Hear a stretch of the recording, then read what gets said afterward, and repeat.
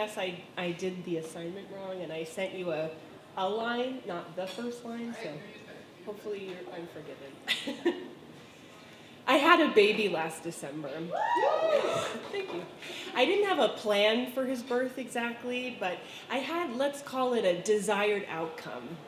My desired outcome was that I would go into labor at home, eat my snacks, chill in my bathtub, do my breath work, and then call my doula and go to the hospital where I would give birth drug-free with no medical interventions.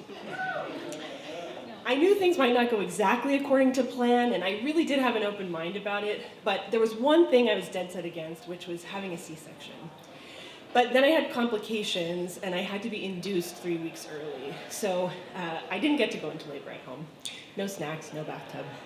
Instead, on the day of my induction, my husband drove me to the hospital where we checked into a sad, dark room and waited. It took a really long time. My son had zero desire to leave the womb, so it took over 50 hours of medical interventions to get the ball rolling. First, they gave me this chalky medication every 4 hours, and they would tuck it between my cheek and my gums and tell me to rub gently to dissolve. But my mouth was so dry, no matter how much water I drank, that I would just rub, and it felt like nothing happened.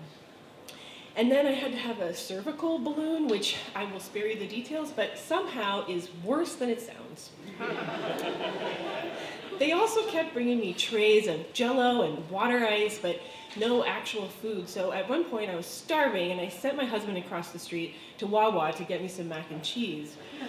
But as he's walking out the door, my water broke, so of course he turns around and starts taking his coat off, and I shouted at him, "Go get the mac and cheese!" I never got to eat the mac and cheese.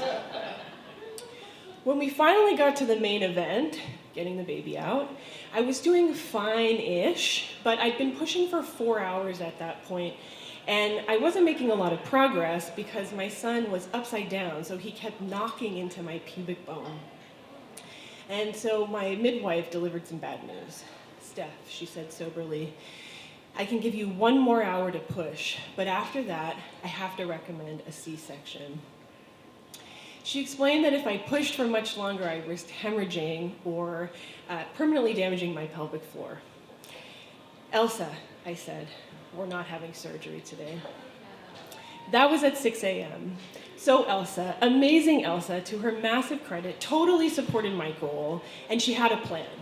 She grabbed a bedsheet, tied a knot at one end, tied a knot at the other, handed me one side and held the other, and said, "Steph, on your next contraction, pull the sheet, curl your body up and over your baby, and push, push, push."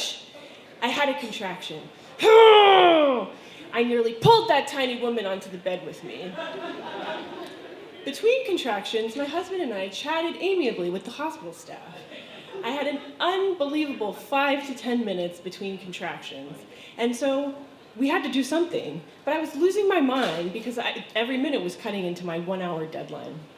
But what could I do? We had to pass the time, so I bragged about the movie my husband had filmed before the pandemic that was winning all kinds of awards on the film festival circuit. And then I had another contraction.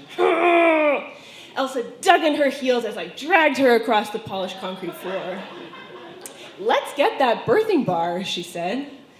A nurse came and installed a huge bar over my bed, and Elsa tied on her end of their sheet. "On your next contraction," she said, "you know what to do." I pulled on the sheet, curled my body up and over my baby, and suddenly my husband gasped. He could see the hair. My son had hair. After that, I was more determined than ever. I was a Greek warrior queen standing with my ancestors beside me.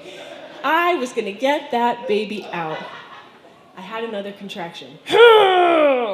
And at 6:56 a.m., 4 minutes to my deadline, Wesley, sweet Wesley, 6 pounds, 20 inches, was born.